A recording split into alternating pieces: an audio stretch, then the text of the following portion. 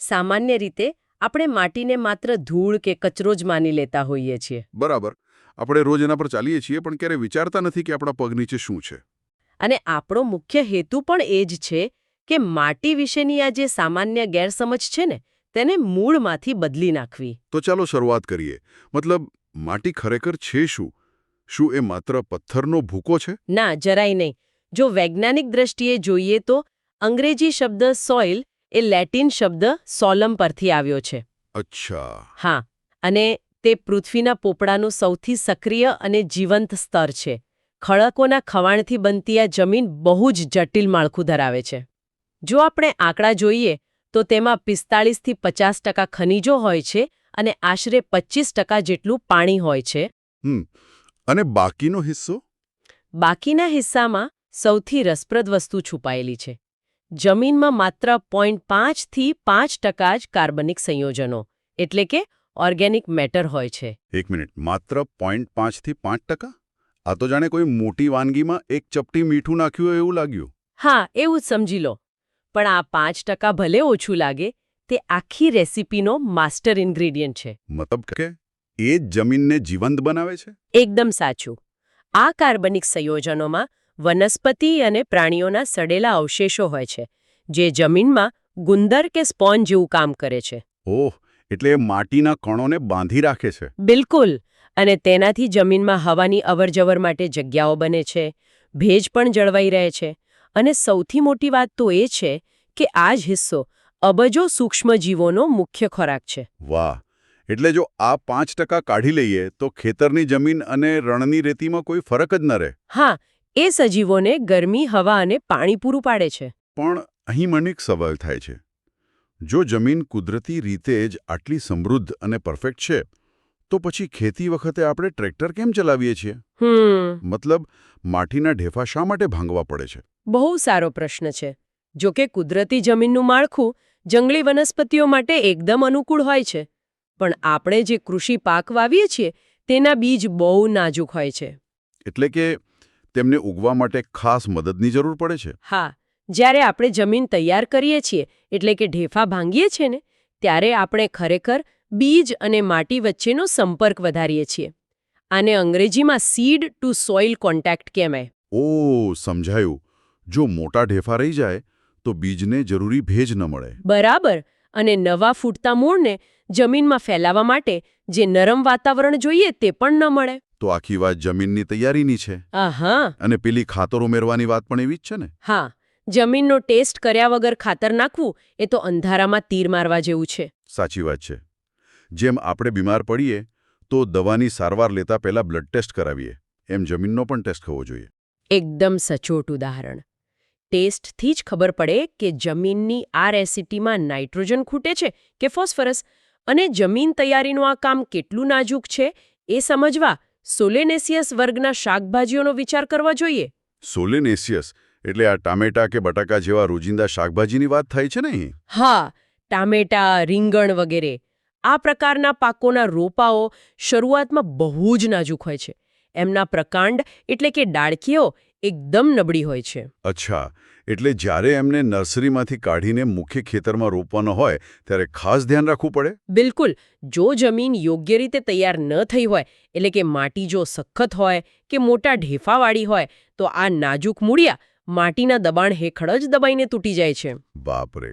એટલે એમને વિકાસ માટે એકદમ બારીક અને નરમ જમીનની સપાટી જોઈએ. હા, અને એ માત્ર વૈજ્ઞાનિક ઢબે થયેલી જ જમીનની તૈયારીથી જ શક્ય બને છે. આ બધું જાણ્યા પછી એટલું તો સ્પષ્ટ છે કે જમીનની તૈયારી એ માત્ર ટ્રેક્ટર ફેરવવાની યાંત્રિક પ્રક્રિયા નથી. એ પાક માટે માટીના ભૌતિક અને રાસાયણિક માળખાને કસ્ટમાઇઝ કરવાની એક વૈજ્ઞાનિક પદ્ધતિ છે. હા, કારણ કે જમીન એ આપણું સૌથી મહત્વપૂર્ણ કુદરતી સંસાધન છે. એ માત્ર મૂળને જ ટેકો નથી આપતી, પણ આખી જીવસૃષ્ટિનું પાલનપોષણ કરે છે. બરાબર છે. જો ખડકોના ઘસારામાંથી આ જીવંત જમીન બનવામાં હજારો વર્ષોનો સમય લાગે છે. એ તો છે. પણ જો પ્રદૂષણ, આધુનિક રસાયણો કે ખોટી ખેત પદ્ધતિઓને કારણે જમીનમાં રહેલું તે અતિ મહત્વનું 0.5 થી 5% કાર્બનિક સ્તર એકવાર નાશ પામે તો શું થાય? આપણે ભારતમાં જમીનના પ્રકારો અને તેમની લાક્ષણિકતાઓ અને માટી માત્ર ધૂળ નથી, એટલે તે જીવંત રસાયણશાસ્ત્ર છે. આ સમજવું એટલા માટે મહત્વનું છે. આપણે વારંવાર સાંભળીએ છીએ કે pH 6 છે કે 8 છે, પણ તેનો અસલી અર્થ શું છે? સરળ શબ્દોમાં કહું તો પીએચ એ માટીમાં રહેલા પોષક તત્વો માટેનું એક તાળું છે. જો પીએચ બહુ વધારે કે બહુ ઓછું હોય તો પોષક તત્વો માટીમાં જકડાયેલા રહે છે અને છોડના મૂળિયા તેને ગ્રહણ જ કરી શકતા નથી. ઓહ વાહ, આ બહુ જ રસપ્રદ છે. એટલે કે જો જમીનમાં પૂરતું પોષણ હોય પણ pH યોગ્ય ન હોય તો છોડ એક રીતે ભૂખે જ મરે છે. સાચી વાત છે. એટલે કે એલ્યુવિયલ સોઇલનો કન્સેપ્ટ સૌથી મજેદાર લાગ્યો. તેની pH 6.5 થી 8.4 ની વચ્ચે રહે છે. હું તો આને કુદરતની ફ્રી હોમ ડિલિવરી સર્વિસ જ કહું છું. હા, એ એનાલોજી બરાબર બન બેસે છે. જુઓ, ચોમાસામાં જ્યારે ગંગા અને બ્રહ્મપુત્રા જેવી મોટી નદીઓ પર્વતો પરથી ધસમસતી આવે છે, ત્યારે તે પોતાની સાથે ખડકોને તોડીને હજારો કિલોમીટર સુધી સમૃદ્ધ ખનિજો ઢસડી લાવે છે. અને પછી એ બધા ખનિજો મેદાનોમાં પાથરી દે છે, ખરું ને? હા, બિલકુલ.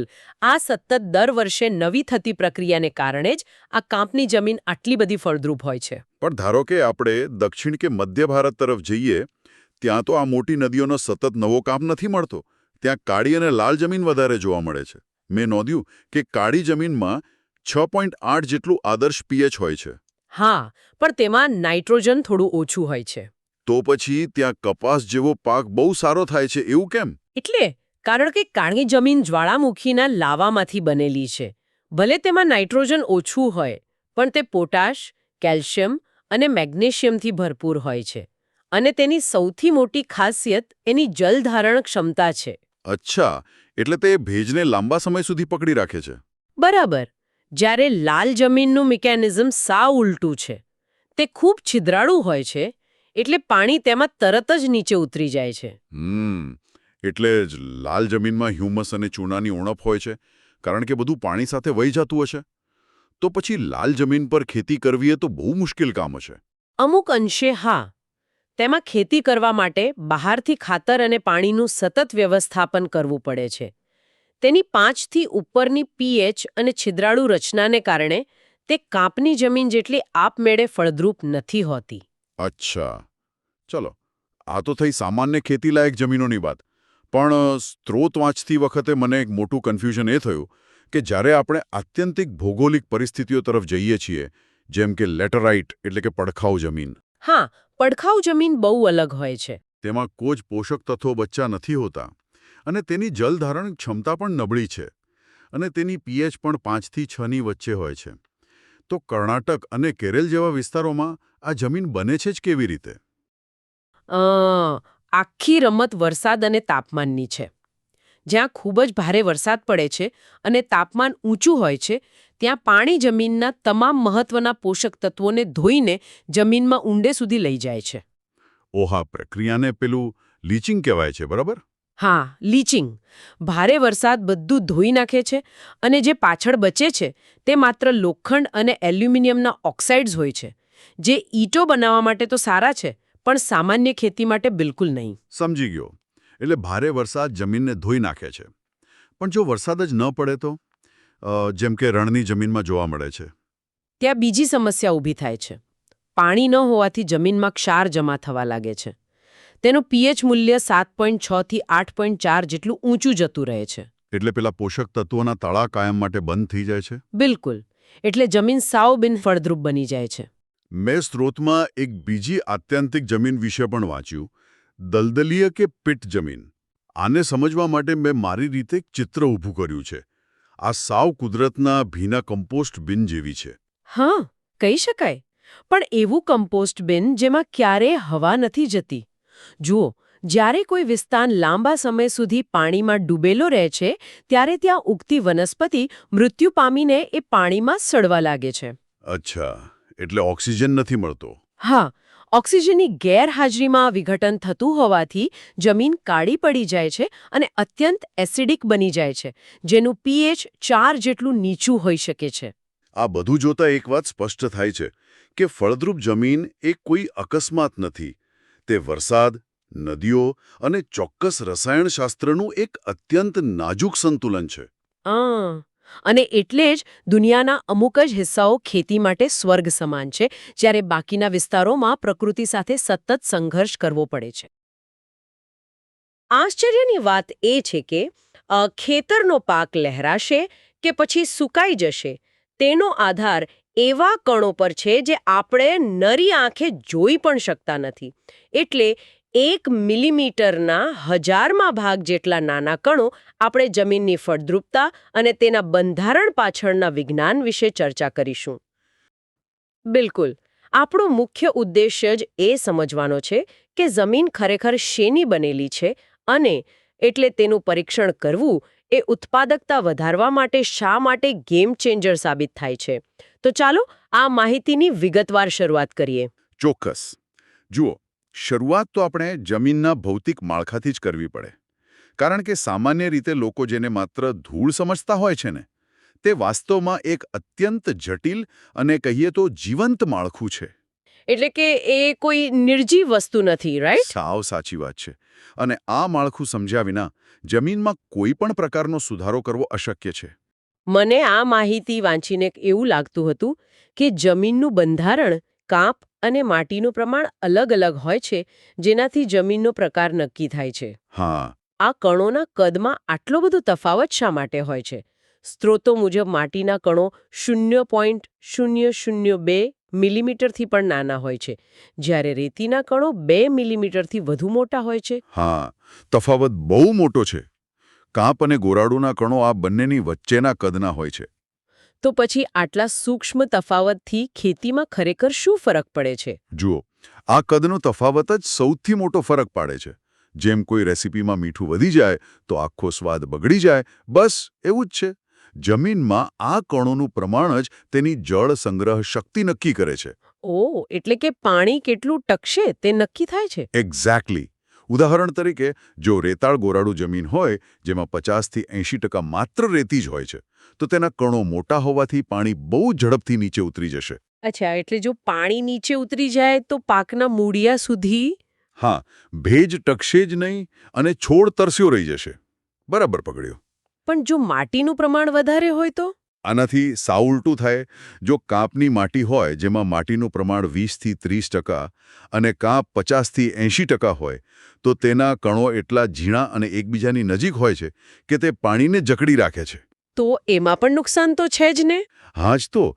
જો આ પ્રમાણ સંતુલિત ન હોય તો જમીનમાં ભેજ સતત ભરાઈ રહે છે. પરિણામે મૂળિયાને પૂરતી હવા જ મળતી નથી અને તે ગુંગળાઈ જાય છે. એટલે આ કણોનું ચોક્કસ મિશ્રણ જ એ નક્કી કરે છે કે મૂળિયા કેટલી સરળતાથી જમીનમાં ઊંડે સુધી વિકસી શકશે. બરાબર છે. એટલે આપણે જમીનનું ભૌતિક માળખું તો સમજ્યા કે તે પાણી કેવી રીતે પકડી રાખશે, પણ મને એ વિચાર આવતો હતો કે તે પાણીમાં પાક માટે પૂરતું પોષણ છે કે નહીં તે જાણવા માટે તો આપણે તેના રાસાયણિક બંધારણ તરફ જવું જ પડે. હા, તે સૌથી અગત્યનો તબક્કો છે. એ કોઈ પણ મેડિકલ ટેસ્ટ કે નિદાન વિના સીધી જ દવાની દુકાનેથી કોઈ ભારે દવા લેવા સમાન છે. શું આ સરખામણી યોગ્ય છે?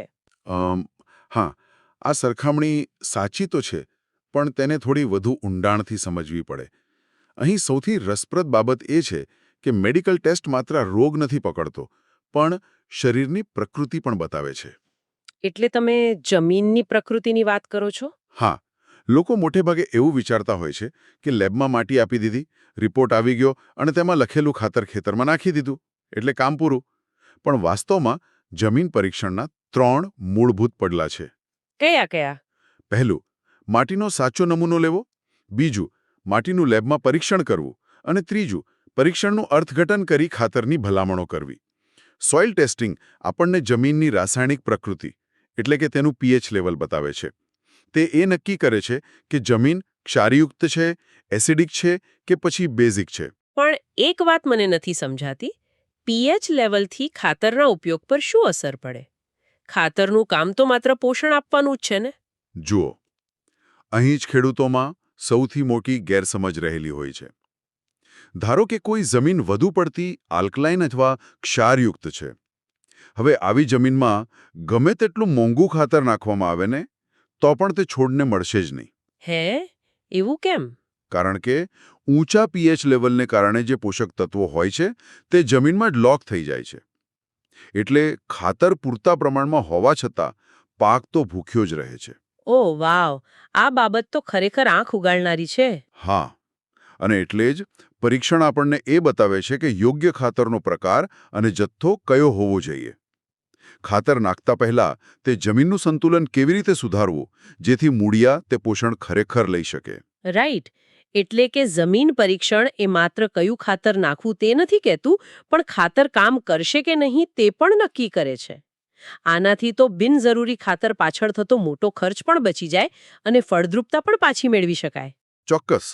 જમીન એ કોઈ નિર્જીવ વસ્તુ નથી જ. તે એક જીવંત રાસાયણિક અને ભૌતિક લેબોરેટરી છે. હા, એકદમ સાચી વાત કહી તમે. તો આખી ચર્ચાનો સાર એ છે કે જમીન માત્ર ધૂળ નથી, પરંતુ વિવિધ કણોનો એક અત્યંત જટિલ મિશ્રણ છે, જેને સાચો ઇલાજ આપવા માટે અને વ્યય અટકાવવા માટે યોગ્ય નિદાનની જરૂર છે. બિલકુલ. આ માહિતી ખેતીના સારા ઉત્પાદન માટે બહુ જ ઉપયોગી છે. હા. આપણા ખેતરની માટીના પરીક્ષણની સાચી પ્રક્રિયા પરનો સારો પાક લેવો હોય ને તો જમીનનું સ્વાસ્થ્ય જાણવું એકદમ જરૂરી છે. અને જુઓ, તેનું 100% પરિણામ તમે માટીનો નમૂનો કેવી રીતે લો છો એની પર જ આધાર રાખે છે. પ્રથમ તો આપણે ખેતરના અલગ અલગ ભાગોમાંથી 15થી 20 સેન્ટીમીટર ઊંડા ખાડા કરીને માટી ભેગી કરવાની છે. પણ ખાસ ધ્યાન રાખજો કે શેઢા નજીક, છાયડાવાળી જગ્યા, સિંચાઈ પાસે કે ખાતરવાળી જગ્યાએથી નમૂનો બિલકુલ નથી લેવાનો. જરા વિચારો, જેમ મેડિકલ ટેસ્ટ માટે ડોક્ટર શરીરના કોઈ ઈજાગ્રસ્ત ભાગમાંથી લોહી નથી લેતા ને, બસ એ જ રીતે ખેતરની આવી અસામાન્ય જગ્યાએથી લીધેલી માટી તમારા આખા ખેતરનો એકદમ ખોટો રિપોર્ટ આપી શકે છે. બીજું, હવે તમને કદાચ એવો વિચાર આવશે કે સીધી જ કોઈ એક જગ્યાએથી 500 ગ્રામ માટી કેમ ન લઈ શકાય? તો એનું કારણ એ છે કે આખા ખેતરનું સમાન મિશ્રણ થવું બહુ જ જરૂરી છે. એટલે ભેગી કરેલી માટીને ચોખ્ખા કાગળ કે કાપડ પર ફેલાવો, લાકડીથી ચોકડી દોરીને તેના 4 સમાન ભાગ કરો અને સામસામેના કોઈ પણ 2 ભાગને મિક્સ કરો. જ્યાં સુધી નમૂનો બરાબર અડધો કિલો ન થાય ત્યાં સુધી આ જ પ્રક્રિયા કરતા રહો, જેને ક્વોટરિંગ પદ્ધતિ કહેવાય છે. અંતે જ્યારે આ પરફેક્ટ નમૂનો તૈયાર થઈ જાય ત્યારે તેને પેપર બેગમાં અને પછી પ્લાસ્ટિક બેગમાં યોગ્ય લેબલ અને માહિતી સાથે બરાબર પેક કરી દો. પછી તેને ICAR, KVK કે કૃષિ યુનિવર્સિટીની માન્ય લેબમાં મોકલી આપો. કારણ કે આ પદ્ધતિસરનો નમૂનો જ તમને સાચો લેબ રિપોર્ટ અને જમીનની સાચી કેટેગરી આપશે. ટૂંકમાં કહીએ તો સાચી જગ્યાએથી માટી એકઠી કરી, ક્વોટરિંગ પદ્ધતિથી અડધો કિલો નમૂનો તૈયાર કરી યોગ્ય લેબમાં મોકલવો, એ જ જમીન સુધારણાનો અસલી પાયો છે. જેમ બીમારી પકડવા માટે ડોક્ટર આપણા બ્લડ ટેસ્ટના રિપોર્ટ જુએ છે ને, બરાબર એવી જ રીતે માટીનું અસલી સ્વાસ્થ્ય માત્ર દેખાવ પરથી નહીં, પણ આ 2 આંકડાઓ પરથી જ નક્કી થાય છે કે તમારો પાક લહેરાશે કે પછી નિષ્ફળ જશે. તો પ્રથમ વાત કરીએ જમીનના પીએચ આંક વિશે. 7નો આંકડો એકદમ આદર્શ અને તટસ્થ મનાય છે. જો આ આંકડો 7થી નીચે જાય ને તો જમીન એસિડિક બની જાય, અને જો તે 8 કે 9ની ઉપર જાય તો તે ભારે ક્ષારયુક્ત એટલે કે ઝેરી બની જાય છે. હવે તમે વિચારતા હશો કે આ પીએચ આટલો બધો મહત્વનો કેમ છે? કારણ કે જો જમીનનો પીએચ યોગ્ય ન હોય ને તો છોડ માટીમાંથી પોતાના માટે જરૂરી પોષક તત્વો શોષી જ નથી શકતો. બીજું, વિદ્યુત વાહકતા, જેને આપણે ટૂંકમાં EC કહીએ છીએ. આ EC માટીમાં હળવો ઇલેક્ટ્રિક કરંટ પસાર કરીને જ જમીનમાં છુપાયેલા નુકસાનકારક ક્ષારને શોધવાનું માત્ર એક રડાર છે. અહીં કરંટ પાકને નુકસાન નથી કરતો, પણ એમાં રહેલો વધારાનો ક્ષાર પાકને મારે છે. ECનો આંકડો 1.0થી નીચે હોય તે ખેતી માટે એકદમ બેસ્ટ છે. પણ જો આ આંકડો 2.0 કે 3.0ની પાર જાય તો સમજો કે પાકના અંકુરણ માટે વિનાશક સાબિત થાય છે. જરા વિચારો, ECમાં માત્ર 1 પોઈન્ટનો વધારો સીધો બીજને ફૂટતા જ રોકી દે છે. છે ને કમાલની વાત કે એક નાનકડો આંકડો આવો મોટો ખેલ કરી શકે છે? ટૂંકમાં કહીએ તો એકદમ સફળ અને નફાકારક ખેતી માટે જમીનની પીએચ 7ની આસપાસ અને વિદ્યુત વાહકતા 1.0થી ઓછી હોવી એ જ સૌથી આદર્શ સ્થિતિ છે. તમારા ખેતરની માટીના આ ગુપ્ત નંબર્સ અગાઉથી જાણી લેવા એ અંધારામાં તીર મારવા કરતાં હંમેશા એક સ્માર્ટ નિર્ણય છે. ખેતીમાં અંદાજા લગાવવાથી તો નુકસાન જ થાય ને. એટલે જ આ માહિતી પત્રક આપણને સમજાવે છે કે સચોટ માટી પરીક્ષણ કેવી રીતે ખરાબ પાક અને મબલક ઉત્પાદન વચ્ચેનો મુખ્ય તફાવત સાબિત થાય છે. તો પહેલો મુદ્દો, માટીના ટેસ્ટ માટે જમીનનો પ્રકાર, સિંચાઈ અને અગાઉના પાકની વિગતો આપવી બહુ જ જરૂરી છે. હવે તમે કહેશો કે ખાલી માટીના સેમ્પલથી કામ કેમ નથી ચાલતું? જુઓ, આ તો ડોક્ટર પાસે જતા પહેલા દર્દીની મેડિકલ હિસ્ટ્રી આપવા જેવું છે. જમીનનો ભૂતકાળ જે તમારા ભવિષ્યના પાકની બ્લુપ્રિન્ટ તૈયાર કરે છે. બીજું, હિસ્ટ્રી મળી ગયા પછી સીધો લેબ ટેસ્ટનો વારો આવે છે. અહીં માટીના 4 સુપરહીરો તપાસાય છે: જૈવિક કાર્બન, નાઇટ્રોજન, ફોસ્ફરસ અને પોટેશિયમ. ઉપરથી જમીન ભલે ગમે તેવી દેખાતી હોય, પણ અસલી તાકાત તો આ 4 તત્વો પર જ નિર્ભર છે. અને ત્રીજું, આ તત્વોની હાજરી પરથી માટીને હળવી, મધ્યમ કે ભારે એમ 3 ગ્રેડમાં વહેંચવામાં આવે છે. આ કોઈ ખેડૂતનો અંદાજો નથી હોતો, પણ હેક્ટર દીઠ કિલોગ્રામમાં મપાતું એકદમ સચોટ વિજ્ઞાન છે. દાખલા તરીકે, જો જૈવિક કાર્બન 0.5%થી ઓછો હોય તો જમીન હળવી, એટલે કે સાવ ભૂખી ગણાય. એવી જ રીતે ફોસ્ફરસ 10થી 25 અને પોટેશિયમ 110થી 280 કિલોગ્રામ પ્રતિ હેક્ટરની કડક રેન્જમાં હોય તો તે મધ્યમ ગણાય છે. આ આંકડાઓ ખરા અર્થમાં જમીનની અસલી કુંડળી છે. તો ટૂંકમાં સમજી લો કે યોગ્ય માટી પરીક્ષણ એ તમારા ખેતરના ઐતિહાસિક ડેટા અને માટીના સચોટ રસાયણ વિજ્ઞાનનો એવો મજબૂત સમન્વય છે જે તમારા આગામી પાકની સફળતાનો પાયો નાખે છે. કારણ કે મજબૂત પાક જોઈતો હોય તો પહેલા જમીનનો સ્વભાવ સમજવો જ પડે. આપણે છે ને આપણા બ્લડ ટેસ્ટ પાછળ હજારો રૂપિયા ખર્ચી નાખીએ છીએ, પણ જે માટીમાંથી આપણો રોજિંદો ખોરાક આવે છે એનો રિપોર્ટ કાર્ડ ક્યારેય જોયું છે ખરું? સાચું કહું તો ભાગ્યે જ કોઈ ખેડૂત સિવાય એ જોતું હોય છે. હા, બરાબર. અને એ જ જોવાના છીએ કે માટીની ગુણવત્તાનું પરીક્ષણ અને તેની યોગ્ય તૈયારી ખેતીના પરિણામોને કેવી રીતે બદલી શકે છે. બિલકુલ. અને આ આખી પ્રક્રિયાનો પાયો છે ફેબ્રુઆરી 2015માં શરૂ થયેલી માટી આરોગ્ય કાર્ડ યોજના. એટલે આમાં થાય છે એવું કે જમીનના નમૂનાઓ લેબોરેટરીમાં મોકલાય છે. એટલે ત્યાં લેબમાં ચેક થાય, બરાબર? હા, ત્યાં નક્કી થાય કે જમીનમાં કયા પોષક તત્વોની ખામી છે અને ખરેખર કયા ખાતરની અત્યારે જરૂર છે. અરે વાહ! એટલે કે ખેતર માટે એક પ્રકારનો પર્સનલાઇઝ ડાયટ પ્લાન જ કહી લો ને. મતલબ અંધારામાં તીર મારવાને બદલે હવે ચોક્કસ ખબર હોય છે કે જમીનને શું જોઈએ છે. હા, સાચી વાત છે. આને જ આપણે ચોક્કસ ખેતી અથવા તો પ્રિસિઝન એગ્રીકલ્ચર કહીએ છીએ. જો ખબર હોય કે જમીનને શું જોઈએ છે, ત્યારે જ ઉત્પાદકતા વધારવા માટેનું એક વૈજ્ઞાનિક પગલું ભરી શકાય છે. પણ માત્ર સારો ડાયટ પ્લાન હોવો પૂરતો નથી મને લાગે છે.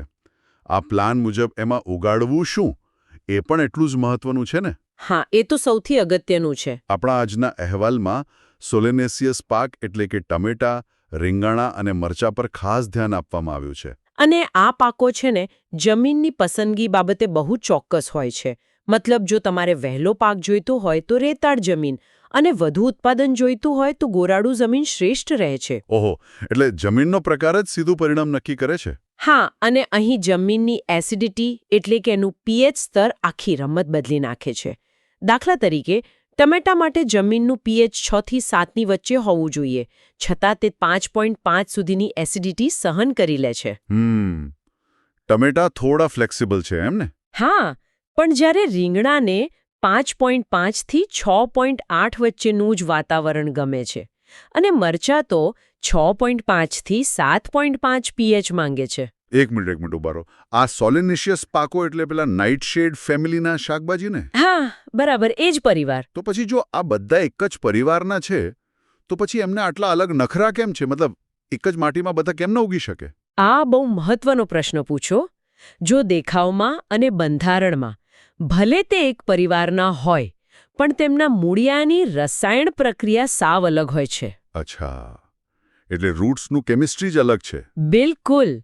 જો પીએચ સ્તર તેમના અનુકૂળ ન હોય ને તો જમીનમાં પોષક તત્વો હાજર હોવા છતાં તે એક પ્રકારના રાસાયણિક તાળામાં કેદ થઈ જાય છે. ઓહ, એટલે પોષક તત્વો હોય પણ પાક લઈ ન શકે. હા, પાકના મૂળ તે પોષક તત્વોને શોષી જ નથી શકતા. એટલે તમારો પેલો જે ડાયટ પ્લાન હતો ને એ અહીં સાવ નિષ્ફળ જાય છે. અરે વાહ, હવે સમજાયું. એટલે જ અહેવાલમાં લખ્યું છે કે જો સૂકવવાના મરચાનું ઉત્પાદન લેવું હોય તો તે ખાસ કરીને ચોમાસા દરમિયાન પેલી ભારે કાળી એટલે કે કપાસની જમીનમાં જ ઉગાડવામાં આવે છે. હા, કારણ કે માટીનો પ્રકાર ત્યાં યોગ્ય હોવો જરૂરી છે. બરાબર. જો એસિડિટી અને માટીનો પ્રકાર યોગ્ય ન હોય તો પોષક તત્વો બ્લોક થઈ જશે. તો માટીનો પ્રકાર અને પીએચ સ્તર એક પ્રકારનું અનલોક મિકેનિઝમ છે એવું કહી શકીએ. એકદમ સાચું. પાક જમીનમાંથી પૂરતો ખોરાક લઈ જઈ જ નહીં શકે જો આ પીએચ લેવલ અનલોક ન થાય. પણ જો આ બધી તો રાસાયણિક વાત થઈ ગઈ. અહેવાલ તો જમીનના ભૌતિક માળખા પર પણ એટલો જ ભાર મૂકે છે. જેમ કે યોગ્ય ઊંડાઈએ ખેડ કરવી, માટીના ઢેફા ભાંગવા અને જમીનને સમતળ કરવી. હા, એ ભૌતિક તૈયારી છે અને એના વગર ખેતી શક્ય જ નથી. તો મને એ સમજાવો કે જો કેમિકલ બેલેન્સ એકદમ બરાબર હોય લેબના રિપોર્ટ પ્રમાણે, તો પછી આ ઢેફા ભાંગવાની મજૂરી શા માટે કરવાની? જો માટી કઠણ હશે અથવા તેમાં મોટા ઢેફા હશે ને તો મૂળિયા શારીરિક રીતે વિકસી શકશે નહીં. એટલે સીધું ફિઝિકલ બેરિયર આવી જાય એમને? હા, બસ એ જ. ઢેફા ભાંગવાથી જ જમીનમાં હવાની અવરજવર વધે છે. મૂળને શ્વાસ લેવા માટે ઓક્સિજન તો જોઈએ ને. સાચી વાત છે. ઓક્સિજન વિના તેઓ પેલા લેબોરેટરી રિપોર્ટમાં સૂચવેલા પોષક તત્વને શોષવાની ઉર્જા જ પેદા કરી શકતા નથી. સાથે જ આ પ્રક્રિયાથી જમીનમાં પાણીનો નિકાલ પણ સુધરે છે. અને મને લાગે છે કે અગાઉના પાકના અવશેષોનો નાશ થવાથી પેલું નીંદણ વ્યવસ્થાપન પણ સરળ બને છે, ખરું ને? બિલકુલ સાચું. એટલે જ ભૌતિક માળખું બરાબર કરવું કેમિકલ બેલેન્સ જેટલું જ અગત્યનું છે. મતલબ કે બીજ વાવતા પહેલા જ ખેતરની સફળતા નક્કી થઈ જાય છે. લેબોરેટરીના વૈજ્ઞાનિક પરીક્ષણથી લઈને યોગ્ય પીએચવાળી જમીન પસંદ કરવી અને છેલ્લે મૂળને શ્વાસ લેવા માટે માટીના ઢેફા ભાંગવા. હા, આ બધું એકબીજા સાથે એક સાંકળની જેમ જોડાયેલું છે. કે બીજ વાવતા પહેલા જમીનને તૈયાર કરવાની આખી પ્રક્રિયા પાછળ કેવું રસપ્રદ વિજ્ઞાન છુપાયેલું છે. બિલકુલ. આ કોઈ માત્ર માટી ખોદવાની સામાન્ય વાત નથી.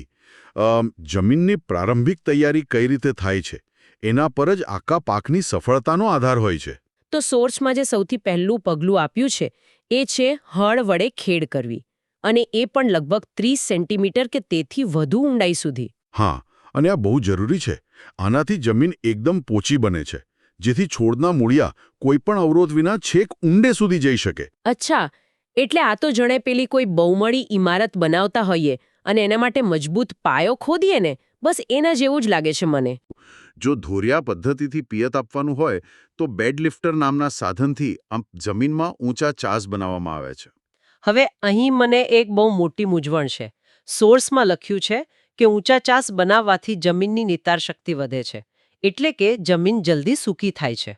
હા, અને હવાની અવરજવર પણ વધે છે. બરાબર. અને જો હવાની અવરજવરથી જમીનમાંથી ઉદ્ભવતા રોગો ઘટી જતા હોય તો પછી મારો પ્રશ્ન એ છે કે આપણે હંમેશા બધા જ પાકમાં આવા ખૂબ ઊંચા ચાસ કેમ નથી બનાવતા? આ તો બહુ ફાયદાકારક છે. દેખીતી રીતે એવું લાગે ખરું, પણ અહીં રસપ્રદ બાબત એ છે કે વિજ્ઞાન થોડું અલગ રીતે કામ કરે છે. ચાસની ઊંચાઈ એ કોઈ જડ નિયમ નથી હોતો. ઓહ, તો પછી એ શેના પર આધાર રાખે છે? એ મુખ્યત્વે જમીનનો પ્રકાર કેવો છે અને કયો પાક લેવાનો છે એના પર નિર્ભર કરે છે. ખેડૂતો ખરેખર તો માટીને આકાર આપીને ખેતરનું એક નાનકડું માઇક્રોક્લાઇમેટ તૈયાર કરતા હોય છે. અચ્છા, એટલે હવાની અવરજવર વધારીને બેક્ટેરિયા કે ફૂગ માટે પ્રતિકૂળ વાતાવરણ ઊભું કરવું, આ તો રોગને રોકવાનું બહુ અદ્ભુત પ્રાકૃતિક વિજ્ઞાન કહેવાય. સાચી વાત. પણ જુઓ, આ ડીપ પ્લોઈંગ એટલે કે ઊંડી ખેડ કરવાથી એક નવી સમસ્યા પણ ઊભી થાય છે. ખાસ કરીને ભારે જમીનમાં માટીના મોટા ઢેફા ઉપડે છે. હા, રિપોર્ટમાં પણ આનો ઉલ્લેખ છે. અને ઢેફા તોડવા માટે જમીનમાં પૂરતો ભેજ હોવો જરૂરી છે. જો ભેજ ન હોય તો પિયત આપીને પછી રોટાવેટર ફેરવવું પડે. બિલકુલ, એટલે જમીનને કેળવવી પડે છે. આ સાંભળીને હું તો એવું જ વિચારતી હતી કે આ આખી પ્રક્રિયા જાણે રસોડામાં પેલો રોટલીનો લોટ બાંધતા હોઈએ એના જેવી છે, જેમાં પાણી ઉમેરીને લોટની બધી ગાંઠો કાઢવી પડે. હા, જેથી લોટ એકદમ સુવાણો બને. અને ખેતરમાં એ ગાંઠો એટલે કે ઢેફા ભાંગવાનું કામ રોટાવેટર કરે છે. પણ રોટાવેટર બીજું પણ એક અગત્યનું કામ કરે છે. ક્યું કામ? તે માત્ર માટીને ઝીણી નથી કરતું, પણ પિયત આપ્યા પછી જે બિનજરૂરી નીંદણ ઉગી નીકળ્યું હોય ને એને પણ મૂળમાંથી ઉખેડી નાખે છે. ઓહ વાહ! એટલે કે મુખ્ય પાકને પોષણ માટે કોઈ નકામા છોડ સાથે સ્પર્ધા ન કરવી પડે. બરાબર. હવે હળથી જમીન ચીરાઈ ગઈ, રોટાવેટરથી ઢેફા ઝીણા થઈ ગયા. અને નીંદણ પણ નીકળી ગયું. પણ હજુ જમીન વાવણી માટે પૂરી તૈયાર નથી હોતી. એને સપાટ કરવી પડે. હા, અને એના માટે છેલ્લે સમાર અને રોલર વપરાય છે. આ સાધનો જમીનને એકદમ સમતળ અને સહેજ દબાવેલી બનાવે છે, જેથી બીજને ઉગવા માટે યોગ્ય માધ્યમ મળી રહે. અને અહીં નોંધવા જેવી વાત એ છે કે માત્ર આધુનિક મશીનો જ નહીં, પાવડા અને ખુરપી જેવા પરંપરાગત ઓજારો પણ એટલા જ વપરાય છે. દરેક સાધનની માટી પર પોતાની એક અલગ અસર હોય છે. મતલબ કે ભારે મશીનો જે કામ નથી કરી શકતા એ આ નાના ઓજારોથી ચોક્કસાઈથી થાય છે.